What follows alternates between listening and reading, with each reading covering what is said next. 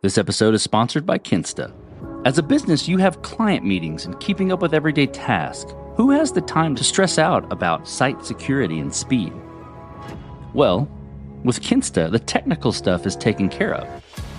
Kinsta is your managed hosting provider for WordPress, meaning that customers get a hosting environment alongside a plethora of features, configurations, and optimizations. With Kinsta, you get lightning-fast load times, top-tier security, and unmatched human-only customer support. Whether you're a business owner, web developer, or running a digital agency, Kinsta makes managing your website easy and efficient. Did I mention fast load times? Just by moving to Kinsta, you can experience up to 200% faster load times, as well as enterprise-grade security. And thanks to their unlimited free expert-led migrations, Kinsta ensures a smooth transition from other hosting providers. I really enjoy My Kinsta, which is the platform's intuitive custom dashboards that make managing my website or multiple websites a breeze. Ready to experience Kinsta's hosting for yourself? Get your first month free when you sign up at kinsta.com today. It's the perfect opportunity to see why Kinsta is trusted by thousands of businesses worldwide to power their websites. Visit kinsta.com to get this limited time offer for new customers on select plans. Don't miss out. Get started for free today. Guys, I've got something cool to tell you about. As an engineering leader, a manager, and an engineer myself, I'm geeking out over a new product I'm just discovering that helps me with each of these points of view. The great team at SEMA, builders of the SEMA Intelligence Platform, have been working on what they call the Product Roadmap Radar. It's this integrated solution that uses generative AI to observe your code and Jira in order to summarize, synthesize, and make it easier to deliver your roadmap. It not only helps keep your roadmap on track, but it helps reduce the time engineers spend in meetings. Cue all the engineers clapping. The Product Roadmap Radar is extremely easy to set up. This only takes about 5 minutes. Just enable your integrations and let AI do all the mapping for you. My favorite part? I'm glad you asked. The radar doesn't just tell you about your roadmap. It suggests changes you need to make based on the code that's been written and the stories that have been addressed. No commenting, no special setup, all generative AI. It gives you an outside view of your roadmap based on the code and projects a target completion date based on outstanding work and activity. Again, no comments, no special setup. It even detects shadow work when development is being done but Jira isn't being updated. I'm pretty jazzed about it, and I think you will be too. Take a second to watch a short but awesome demo video. Go to codestory.co/PRR to watch it today. You'll like what you see. This episode is brought to you by Paddle. Don't settle for less when you can have more, MOR, with Paddle, your merchant of record. Eliminate the headaches of payments, grow your revenue everywhere, and focus on what you do best, building your product. Get more revenue with less hassle at paddle.com. This episode is brought to you by PropelOff. People take authentication for granted, but it's more than how customers log into your product. It's how you manage your relationship with your users. The easiest way to make authentication your advantage is to use PropelOff. PropelOff is more than just functional. It's powerful. With tools like Managed UIs, Enterprise SSO, robust user management features, and actionable insights, PropelOff adapts as your product grows. And the best part? When Auth is effortless, your team can focus on scaling, not troubleshooting. That means more releases, happier customers, and more growth for your business. Save dev time, win over your customers, and propel your business forward with PropelOff. Check them out at propeloff.com. That's PROPELAUTH.com. This is Code Story, a podcast bringing you interviews with tech visionaries. Spent 6 months moonlighting. There's nothing on the back end. Who share what it takes to change an industry. I don't exactly know what to do Took next. many goes to get right. Who built the teams that have their A back. company is its people. The teams help each other achieve I was more. proud of our team. Keeping scalability top of mind. All that infrastructure was a Yes, pain. we've been fighting it as we grow. Total waste of time. The stories you don't read in the headlines. It's not an easy thing to achieve, mind Took it you. off the shelf and dusted it off and tried it again. To ride the ups and downs of the startup life. You need to really want It's it. not just about technology. All this and more on Code Story. I'm your host, Noah Labhart, and today we welcome you back to the creation story of Railsware with Yaroslav and Sergiy. This episode is brought to you by Paddle. Don't settle for less when you can have more, MOR, with Paddle, your merchant of record. Eliminate the headaches of payments, grow your revenue everywhere, and focus on what you do best, building your product. Get more revenue with less hassle at paddle.com. This episode is brought to you by Propel-Off. People take authentication for granted, but it's more than how customers log into your product. It's how you manage your relationship with your users. The easiest way to make authentication your advantage is to use Propel-Off. Propel-Off is more than just functional. It's powerful. With tools like Managed UIs, Enterprise SSO, robust user management features, and actionable insights, Propel-Off adapts as your product grows. And the best part? When Off is effortless, your team can focus on scaling, not troubleshooting. That means more releases, happier customers, and more growth for your business. Save dev time, win over your customers, and propel your business forward with Propel-Off. Check them out at propelloff.com.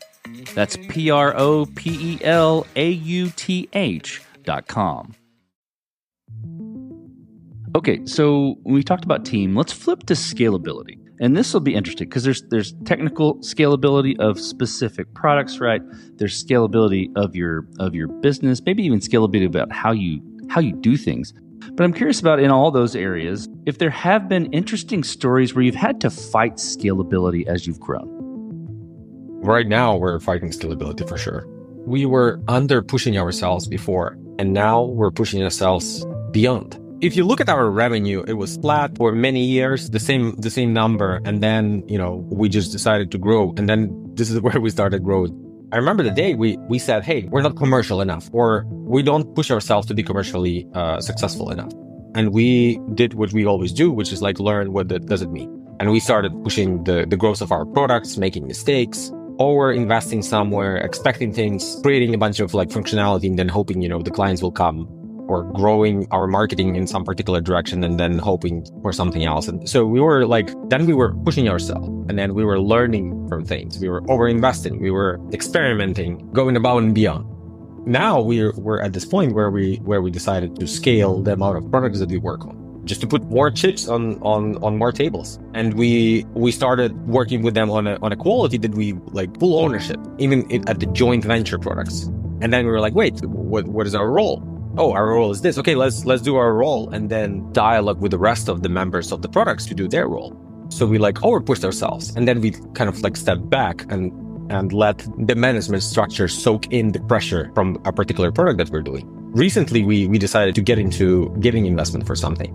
This is a big experiment for us, right? Which can be a successful or failure, but we were let's try it. Let's see how it works. And while you're doing investment, you do due diligence. Due diligence is something that we didn't do that much, but we're great in data. So, let's use our data capabilities. And we start pushing, let's say, our data and analytics team to help us with this. And this is not the speed that they were used to doing that while being an internal team.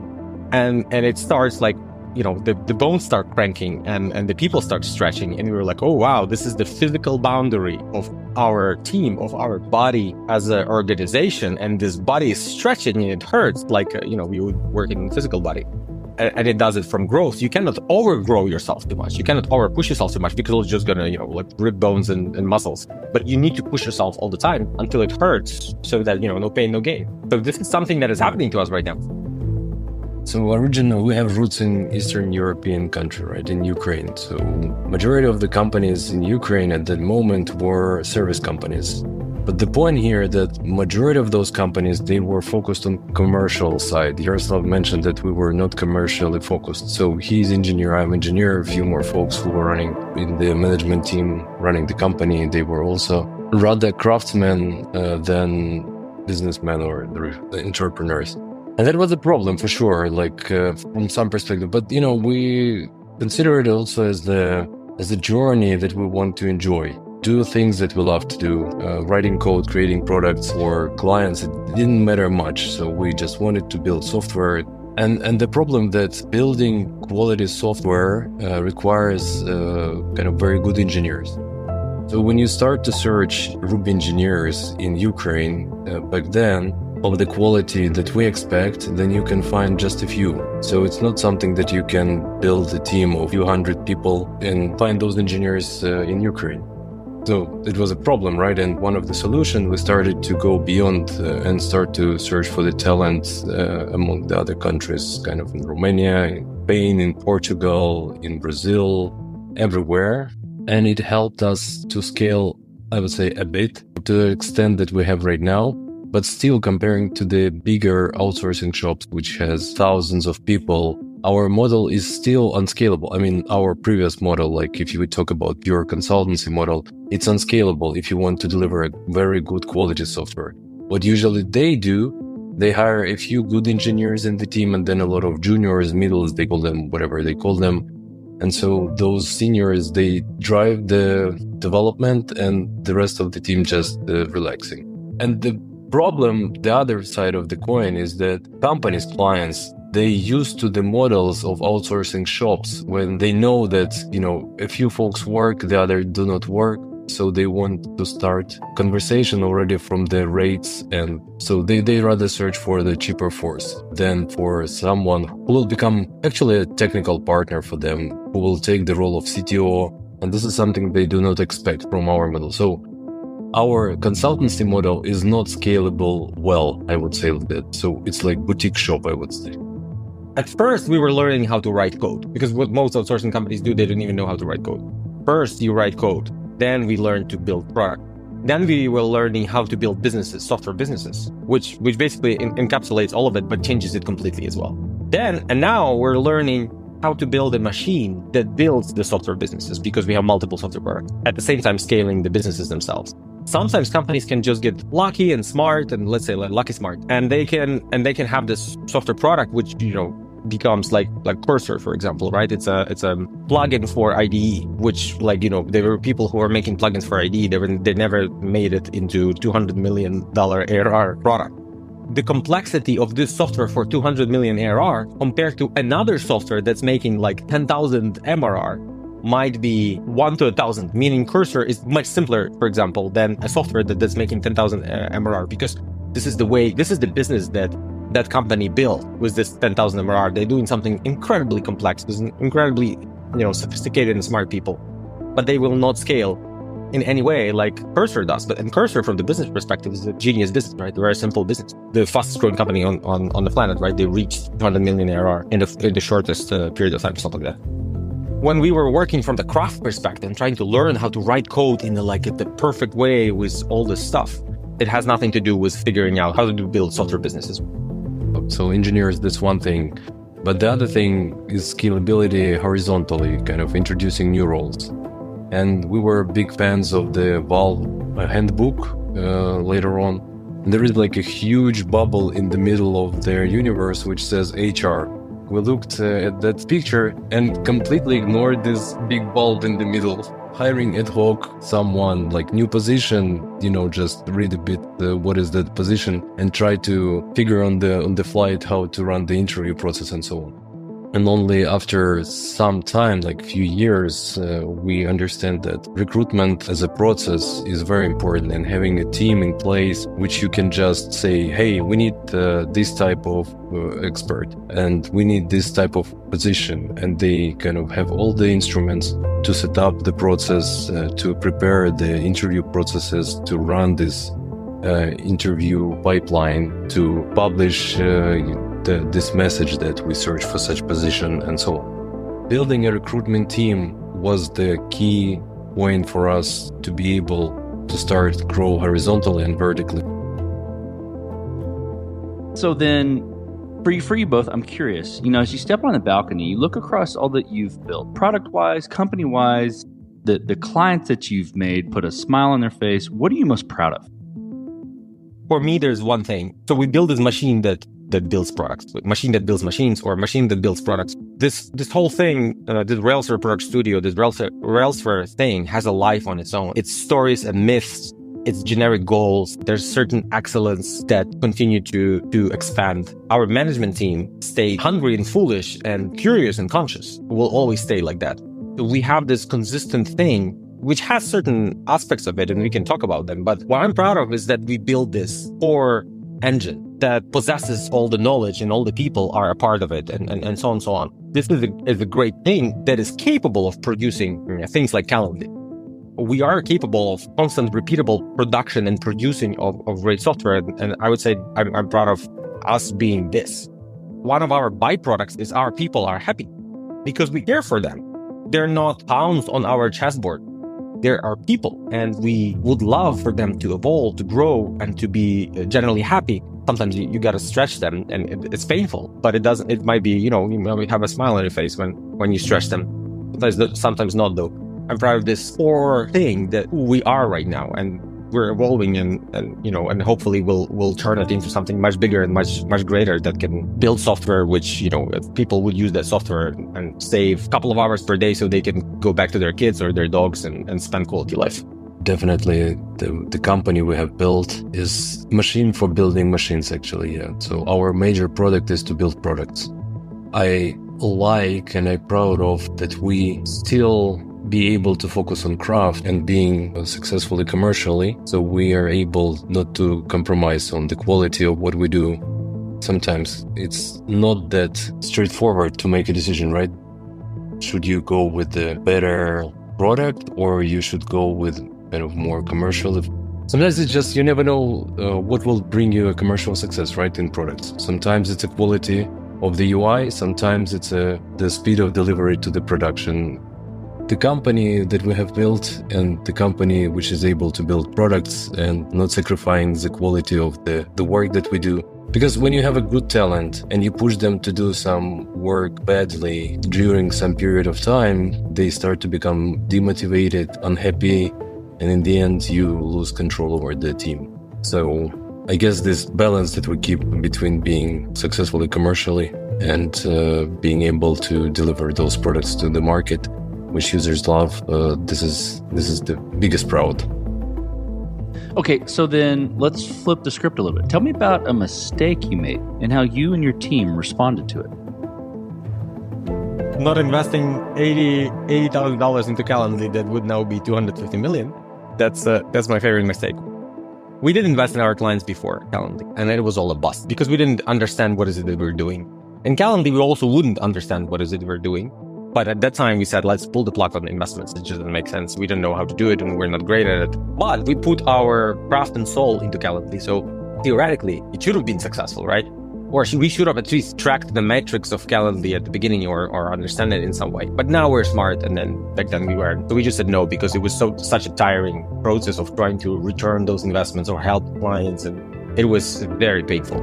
And the most interesting situation here that we borrowed that money. So it's not like we have been offered to purchase something for additional money. So we borrowed that money. We risked without money because if the client wouldn't return them, so we wouldn't get that money at all.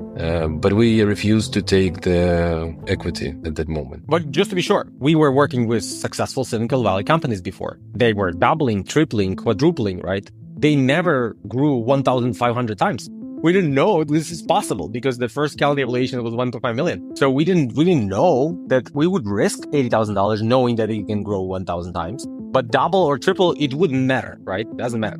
80,000 to 160K. Oh, it's okay. You lost $8,000. But you lost 249,920,000 on this transaction.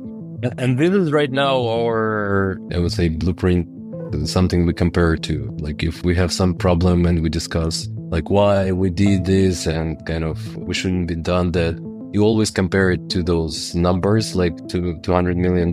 And then, well, is it problem of this size? No, it isn't. So why do we even care about it? I have another one. We built a CI product before it was cool. And we built a whole CI product at work, continuous integration product. And then we saw that there's one product that went to the market, and then they were like, we're too late. We were not too late. Like, that was a great time to deploy it and develop, and probably we would make another, $100 million company. But we were crafty, and we had this product feeling, and we were able to create products, but we just didn't have this business acumen, which came much later with all those mistakes. And now we would never do that, right? We would deliver the CI product. That's the problem. You lack the knowledge, and you didn't even know who to talk to. But nowadays people have ChatGPT. Take deep research or whatever, or Google Gemini deep research and say, hey, I'm in this situation. I just built a CI product. This product came to the market and I'm thinking of killing it. What do you think? And we'll be like, I think you're stupid. I think you should actually deliver it to the market because you have, a great ability to capture stuff. So now people have a generic advisor that can be much better than just like, we were sitting in Ukraine and we had some friends, but there was just no one to talk to about it. And we were like, well, okay. This episode is brought to you by Paddle. As a startup, you face unique challenges to stay competitive. You and your team need to stay focused on your product, not your payments. You need to do more, MOR, and DIY less. With Paddle. Paddle is your merchant of record, becoming the seller of record for your SaaS transactions, enabling your team to focus on what's important, your product. Paddle handles all payment management across multiple gateways and methods, taking ownership of tax liability while remaining compliant with regulations across all markets. The platform handles all aspects of SaaS billing models, upgrades, add-on, trials, and more. Let's look at the results. MOR revenue optimization is built into Paddle and accounts for up to 16% higher conversion rates, reduced payment failures, localized pricing, and churn prevention, recovering 40% of cancellations. Their developer-friendly tools are API first with comprehensive documentation, removing the burden from your engineers. With Paddle as your merchant of record, you'll generate more revenue, find and keep more customers, grow faster, and stay compliant everywhere. So what are you waiting for? Get more revenue with less hassle at paddle.com. Guys, I've got something cool to tell you about. As an engineering leader, a manager, and an engineer myself, I'm geeking out over a new product I'm just discovering that helps me with each of these points of view. The great team at SEMA, builders of the SEMA Intelligence Platform, have been working on what they call the Product Roadmap Radar. It's this integrated solution that uses generative AI to observe your code and Jira in order to summarize, synthesize, and make it easier to deliver your roadmap. It not only helps keep your roadmap on track, but it helps reduce the time engineers spend in meetings. Cue all the engineers clapping. The Product Roadmap Radar is extremely easy to set up. This only takes about 5 minutes. Just enable your integrations and let AI do all the mapping for you. My favorite part? I'm glad you asked. The radar doesn't just tell you about your roadmap. It suggests changes you need to make based on the code that's been written and the stories that have been addressed. No commenting, no special setup, all generative AI. It gives you an outside view of your roadmap based on the code and projects a target completion date based on outstanding work and activity. Again, no comments, no special setup. It even detects shadow work when development is being done but Jira isn't being updated. I'm pretty jazzed about it, and I think you will be too. Take a second to watch a short but awesome demo video. Go to codestory.co/PRR to watch it today. You'll like what you see. This message is sponsored by Vanta.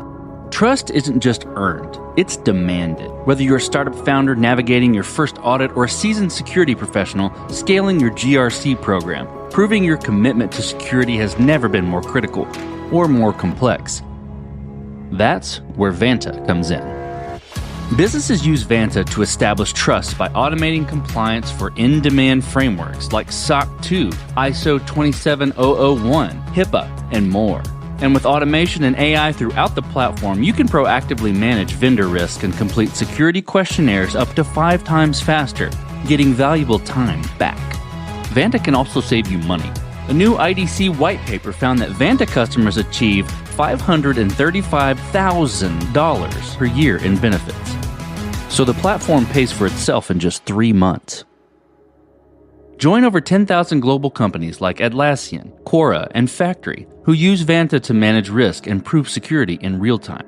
For a limited time, listeners get $1,000 off Vanta at vanta.com/codestory. That's VANTA.com/codestory for $1,000 off. Let's move forward then. And this will be really exciting because I know we've talked about partnerships and new products, things that you're working on. I'm curious about what the future looks like for Railsware, for what you're going to move forward and do, for what you have on the horizon, and even beyond. A product studio concept that we have now, we plan to evolve it further So we have those 3 products of ours, 2 joint ventures and consultancy companies. So they're functioning kind of every product, every direction has their own team. So Railsware becomes like a mother company for many companies right now. They are more and more atomic, and independent from each other. And we plan to build at least $1 billion business out of those 5 that we work on. Maybe there are going to be more products. So that's the kind of the plan that we're moving towards, and this is our goal, I'd say. Yeah, now, we don't get overly connected to the billion or not billion. What we really enjoy is having like enough money to expand and experiment more and just build amazing software that like it's actually really useful, with proper usage of proper real AI and solve some real world problems. That like there's this new partnership that we're about to get into, like which has in the context of ADHD, which is a big thing in the world. And if we can help within this context, this is great. Software has this weird ability to influence so many people's lives if it's done right, and if it's done at the right time with the right partners within the right business context. It's an amazing thing. It can do amazing things, and we really enjoy that. We enjoy partnering with people who pursue those dreams, and they know a lot about it, and they're like, well, we know what we want, we just gotta build it, and we have all of this knowledge and power. How to build, how not to build, how to make mistakes, how not to make mistakes, billions of dollars of wasted opportunities, right? Or, like whatever our relation is right now of realized opportunities. So we have this knowledge, and it's amazing. When you stop every one of our employee and you ask them like, so how do you do that? They might not know. But if you connect the proper amount of like a Frankenstein, like this guy and this guy and that guy, and then drive them into this direction, then create this understanding for them, they'll be like, oh, now I get it. So we have this capability. It's really cool. So this is where Railsware is going. We can go by product also. So Coupler, for instance, we're aiming to build an analytical platform, which will be the easiest in use for the industry, powerful and easy to use. Because the very big problem is that many companies, they run their business without understanding what happens in their numbers. They don't understand their P&Ls. They don't understand how their marketing campaigns perform. They don't understand how their sales is doing. So they're driving just blindly. Although it's very popular to talk about data-driven businesses, but a lot of that do not happen in the companies. So we see all those companies around, they're driven blindly. And Coupler is aimed to bring light into this fog of the data. And that's what we're trying to build. But it's also a complicated thing. So you can have a lot of sources of data, and then even you take the existing tools, then you need someone expert who will be able to join this data, filter this data, normalize this data. So you need some expert. And to find the expert, you need super luck to find a good expert, or you need to put a lot of effort to bring this expert on board. So it becomes very complicated. That's why companies are driven blindly in many cases. And we want to deliver a version of data analytic tool, let's say, that will help a regular user to be able to connect different sources, QuickBooks, Xero, whatever, like Pipedrive, Salesforce, to a Coupler, and then with the simple navigation and AI communication, build dashboards, reports, which will be insightful, which will alert you, which will show you the spikes and, which you need to pay attention on, and so on. I would say that the closest we are is to Atomic.vc. It's a company that built HIMS. It was created and co-founded by them, and we're in some similar games, and we have this ability to people want to build products with us because they feel this potential success. They want to partner with us because they were like, well, instead of learning how to do everything that you guys already know, let's just partner and join forces. Let's switch to you guys. Who influences the way that you work? Name a person or many persons or something you look up to, and why. I can name someone who I thought is great and I thought we could learn from, and then we eventually learned from him, and now I still think that he's great. I'm going to name Rob Mee as the first person. He was the CEO and founder of Pivotal Labs, and we learned a lot from Pivotal Labs and from Rob in general. He had philosophy, and he still has philosophy within him. He's a really amazing guy. We love him. Yeah, Chad Patel for Snowboard. we learned a lot of things from him. He was open. He was always great to share while we were technically de facto competitors as consultancies. With RobMe and Pivotal Labs, they just give us the key to the office, and I ended up spending 4 months in there, and then just talking to a bunch of their executives. One of them was Danny, also an amazing guy. He shared a lot of approaches. He shared those, like 1-inch punch approaches in certain things in recruiting or product management that ended up making a big difference within the company as we started practicing. We were practicing this 1-inch punch, and it was incredibly successful. And those are amazing contributions. But sometimes you think you're learning from someone. You think he's your hero, but then you see what that hero does later on, and you're like, this is no hero. What Steve Jobs was saying, good artists copy, great artists steal. So people go through their life and they learn certain things and they steal them. And they steal so many proper things from proper people that they become, this unstoppable weapon. Brian Chesky is one of them, like a really cool dude that started Airbnb. He still has a lot firepower within him, and he delivers new things right within Airbnb. I think he coined the term founder mode. It's about learning those things, but sometimes your heroes stole it from other people, but share it as it's their approach, right? Because they become more commercially successful. Sometimes we learn from those. We can talk about people who has written those nice book like Good to Great, which at certain moment at Jim Collins. This book was quite influential back time then. In startup, Eric Rice's book was really kind of influential at that moment. 0 to 1 is kind of one of the books that I love. So I would say it's sometimes not just a person, but rather a book by a person who collected the information from his experience, her experience, like from the experience of their friends and partners, and then they share it as a book. But so the interesting thing here that recently I was trying to find any book that will inspire me, and I have found a book like How Decisions Are Made in NASA. And I was thinking, oh yeah, that's great. I need to listen to it. And so I was snowboarding actually, and during the whole day I was listening to that audiobook. And the funniest thing was that in many cases I was writing and thinking, all right, yeah, that's the way how we do things, and this is how we make decisions, and this is how we hire people. And like it was really very close to the approaches that has been shared in the book. So there was like nothing new for myself to get from that book, which is very kind of interesting, because I was thinking that, NASA probably is already like the highest point of, because it's not only about NASA, it's also about the SpaceX approaches, how they use this stuff there. Of course, some things are not applicable to our business when you talk about materials and like physics of the real objects. That's completely different sphere, right? But if we talk about the management approaches, about the recruitment process, about the team motivation, team management, and again, decision making, there were a lot of things described very similar to the framework that we have, this bridges framework.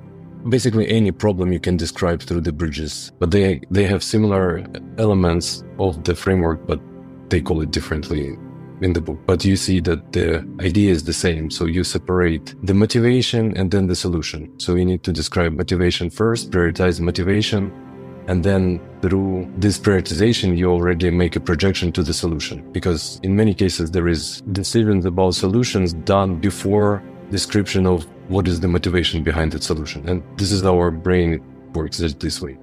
I cannot say that I had like idol or icon I would like to be like, but overall, the iPhone era was very inspiring for myself personally. Like I was playing with this iOS possibility to build something that will, some application that will appear on your mobile phone. It was so inspiring for myself personally. This episode is brought to you by Propel. People take authentication for granted, but it's more than how customers log into your product. It's how you manage your relationship with your users. The easiest way to make authentication your advantage is to use Propel Auth. Propel Auth is more than just functional. It's powerful. With tools like Managed UIs, Enterprise SSO, robust user management features, and actionable insights, Propel Auth adapts as your product grows. And the best part? When auth is effortless, your team can focus on scaling, not troubleshooting. That means more releases, happier customers, and more growth for your business. Save dev time, win over your customers, and propel your business forward with PropelAuth. Check them out at propelauth.com. That's PROPELAUTH.com. Guys, I've got something cool to tell you about. As an engineering leader, a manager, and an engineer myself, I'm geeking out over a new product I'm just discovering that helps me with each of these points of view. The great team at SEMA, builders of the SEMA Intelligence Platform, have been working on what they call the Product Roadmap Radar. It's this integrated solution that uses generative AI to observe your code and Jira in order to summarize, synthesize, and make it easier to deliver your roadmap. It not only helps keep your roadmap on track, but it helps reduce the time engineers spend in meetings. Cue all the engineers clapping. The Product Roadmap Radar is extremely easy to set up. This only takes about 5 minutes. Just enable your integrations and let AI do all the mapping for you. My favorite part? I'm glad you asked. The radar doesn't just tell you about your roadmap. It suggests changes you need to make based on the code that's been written and the stories that have been addressed. No commenting, no special setup, all generative AI. It gives you an outside view of your roadmap based on the code and projects a target completion date based on outstanding work and activity. Again, no comments, no special setup. It even detects shadow work when development is being done but Jira isn't being updated. I'm pretty jazzed about it, and I think you will be too. Take a second to watch a short but awesome demo video. Go to codestory.co/PRR to watch it today. You'll like what you see. Last question, guys. So you're getting on a plane and you're sitting next to a young entrepreneur who's built the next big thing. They're jazzed about it. They can't wait to show it off to the world and can't wait to show it off to you right there on the plane. What advice do you give that person, having gone down this road a bit with products of your own and with your product studio? I would say you need to look into it like in 3D, right? So for example, I was talking to an entrepreneur and he like, yeah, we're building this thing and like 2 years in it and I use all my savings and I'm so inspired and I'm changing every pixel on the homepage. And I was like, dude, don't change every pixel on the homepage. You don't even know who are you building this for. You got to go validate things much faster and much more aggressive. And it sucks to go validate them. It sucks to find those people and talk to them and they'll reject you and they'll tell you to go screw yourself. And you're afraid to learn that nobody needs that or maybe everyone needs that. But it's like the Schrodinger's cat. While you didn't validate it yet, you feel like it's $1 billion idea still. And you're ready to play in this unreal thing. So right, but at the second time, they validated the idea and there's like 10 people who want it and they're like, okay, now what do I do next? Where are they? And there's no funnel. It's more like a 3D object and you can grow into all the different directions. It's a process, but there are regular things like do definitely build things people want. You need ideal customer profile that you can scale for and you need the product market fit for that ideal customer profile. But this ideal customer profile has to be scalable, maybe because there might be 2 ideal customer profiles on the planet, just two people. So it's about like, so how do you get this target addressable market you can actually address? How are you going to address them? You know, sometimes people say, oh, I need to raise money. Why? Why do you need to raise money? Do you need to raise money? There's so many advices. There's like unlimited advices depending on the state they're at. And also, I mean, we didn't build Microsoft or GitHub, right? So we would give advice with what we think is possible. For myself, I just want to say that I don't really feel that there is one general advice that can be applicable for any entrepreneur. So they have their situation, you know, there are some technical aspects of the solution they build, marketing aspects, different types of aspects, right? And then we can, like I personally can advise in certain areas, which I personally spend a lot of time at. And like, let's say, if someone in the airplane will tell me that I want to hire a CTO and then he will build me an engineering team, then I would probably advise him to work with some product studio like ours, like, you know, Thoughtbot or Railsware, because it's much more simpler to start a new product with companies like ours and validate the idea. And once it's running, then you can make a decision if you want to then hire CTO, or we can help you to hire CTO. But we've seen this mistake many times, that people just think that they need to hire CTO without having any understanding what this role is about. So they just know some friend who worked in Berkeley that's as a software engineer. He probably can be a great CTO because some big name is in his title was there. It's not true. So technical aspects, marketing aspects is the other thing, as Yaroslav mentioned. So knowing your customer, having at least some strategy or a few strategies how to get to the market. So how we will sell this product, and crunch some numbers, because that's also what we see pretty often, that I will sell it, and they share some numbers, and then you start to calculate how many customers they can have, and if it's specifically like a niche product, so you can calculate like how many customers they can have, then some conversion rate.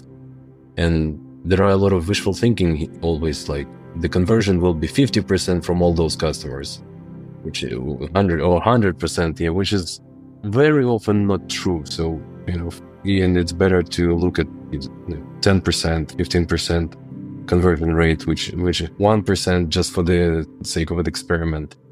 Yeah, so and play the numbers, like will it generate the revenue that you expect, or will you go to a plateau and you will never be able to achieve some numbers?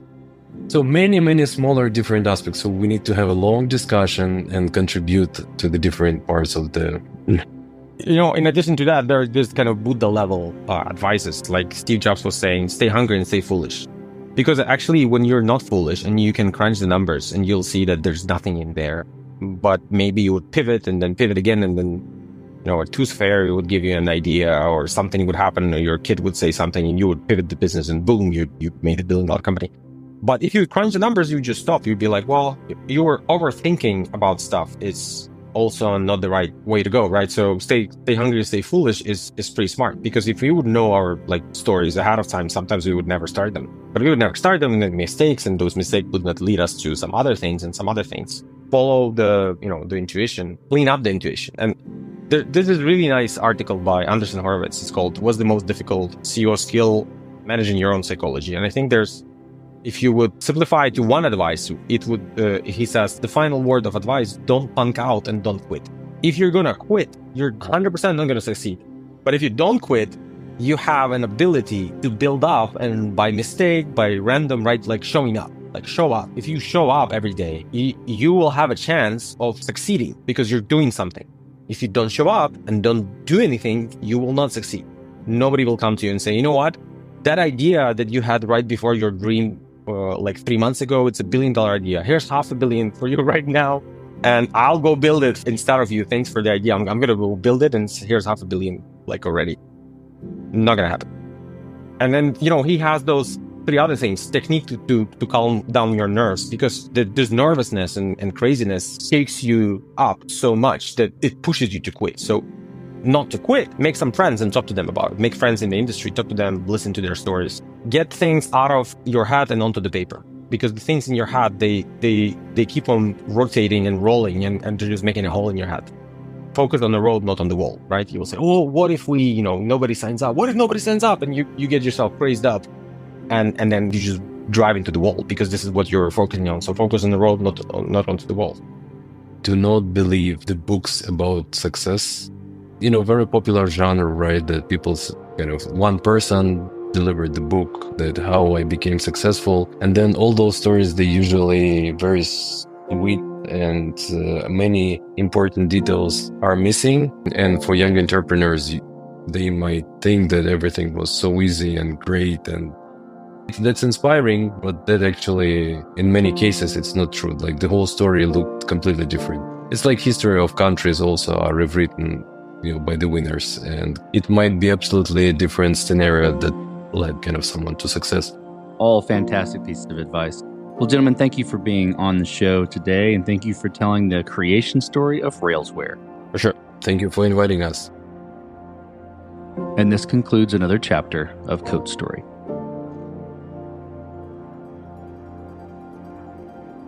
Code Story is hosted and produced by Noah Labhart. Be sure to subscribe on Apple Podcasts, Spotify, or the podcasting app of your choice.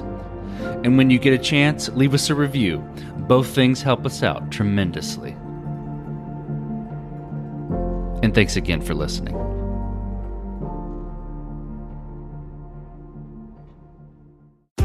PenFed Free Checking offers zero fees and zero balance requirements for zero hassle. PenFed Access America Checking lets you earn money on your balance for dreams big and small. Choose the best account for you and start making the most of your money. Learn more at penfed.org. Federally insured by NCUA. To receive any advertised product, you must become a member of PenFed Credit Union. You just realized your business needed to hire someone yesterday. How can you find amazing candidates fast? Easy. Just use Indeed. Stop struggling to get your job post seen on other job sites. With Indeed sponsored jobs, your post jumps to the top of the page for your relevant candidates, so you can reach the people you want faster. According to Indeed data, sponsored jobs posted directly on Indeed have 45% more applications than non-sponsored jobs. Don't wait any longer. Speed up your hiring right now with Indeed. And listeners of this show will get a $75 sponsored job credit to get your jobs more visibility at Indeed.com/PODKATZ12. Just go to Indeed.com/PODKATZ12 right now and support our show by saying you heard about Indeed on this podcast. Terms and conditions apply. Hiring? Indeed is all you need. Life is full of adventures. Do you take this man to be your husband? I do. Welcome home. We did it. He has your eyes. He's perfect. Make the most of them all with PenFed checking and savings accounts. Learn more at penfed.org. Federally insured by NCUA. To receive any advertised product, you must become a member of PenFed Credit Union.